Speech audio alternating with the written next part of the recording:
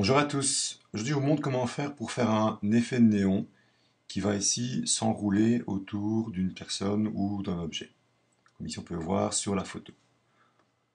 Alors, première étape, je vais choisir l'outil plume dans la palette d'outils. Dans la barre d'options de l'outil plume, en haut à gauche, je choisis le mode tracé. Et à droite, dans la barre d'options, je choisis le bouton ajout de tracé. Ensuite, je viens près de mon élément, ici le personnage, et je vais, avec l'outil plume, dessiner des courbes autour du corps du personnage. Je dessine point par point les courbes autour de la personne. Voilà. Je pourrais au besoin, grâce à l'outil sélection directe dans la palette d'outils, déplacer les points d'ancrage pour ajuster mes courbes, mais également en jouant avec le vecteur directeur associé à chacun de ces points d'ancrage. Une fois que j'ai ajusté au besoin les points d'ancrage, ensuite je me rends dans la palette calque et je vais créer un calque qui va contenir mon effet néon. Je me rends dans la palette calque en bas à droite et je clique sur l'icône de création de calque. Ensuite, je me rends dans la palette d'outils et je choisis l'outil pinceau. Je vais ici choisir une forme adaptée à l'épaisseur de mon effet de néon. Je vais prendre ici une épaisseur d'environ 13 pixels. Et je règle ma dureté à 100%. Je vérifie dans la barre d'options que je suis bien en mode normal, en sans d'opacité et en sans de flou. Ensuite, je choisis une couleur.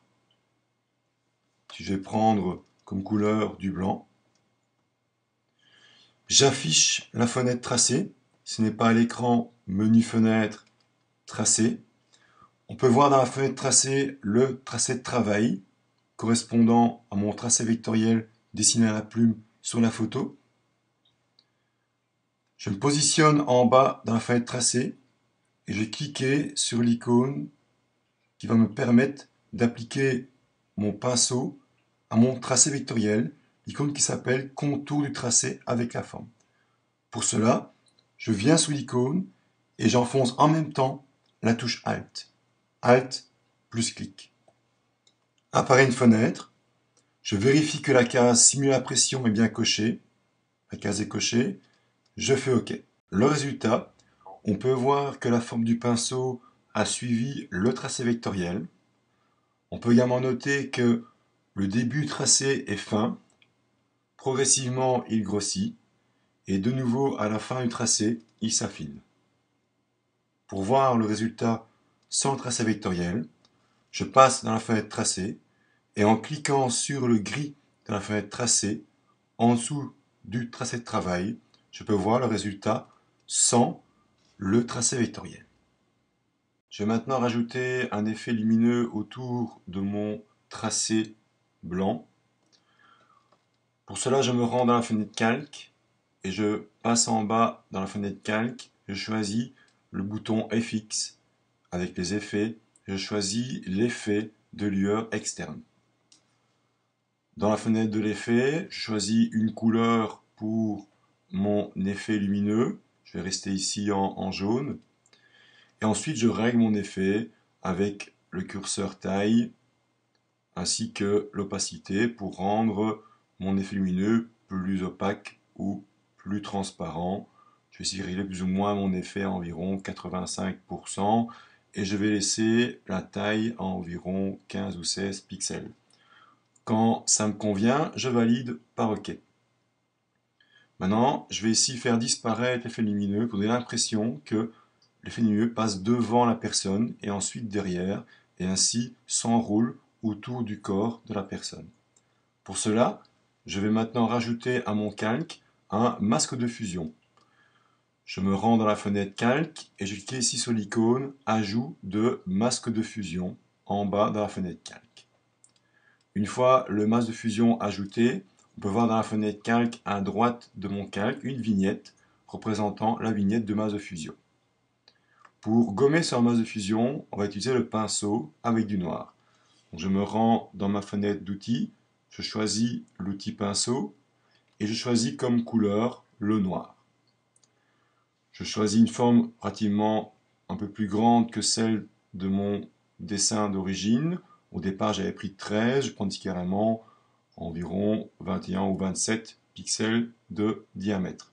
Avec une dureté à 0, pour un bord atténué, flou, un peu progressif.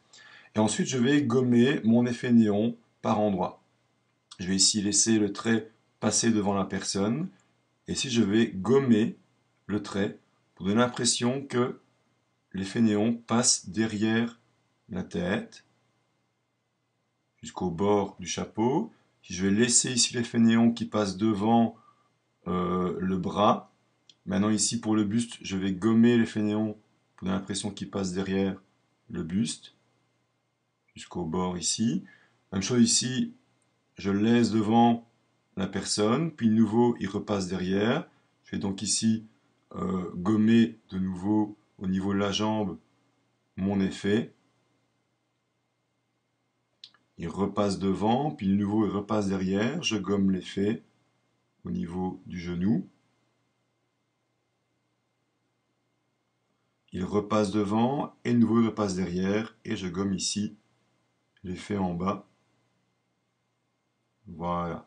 Au besoin, si vous devez un peu retoucher votre effet, avec du blanc, on pourrait refaire réapparaître l'effet de néon, et avec du noir, de nouveau, le faire disparaître. Voilà donc le résultat final, avec l'effet néon qui entoure la personne. Dans la palette calque, mon calque, avec à gauche l'effet néon, et à droite le masse de fusion, avec les zones effacées de mon effet néon.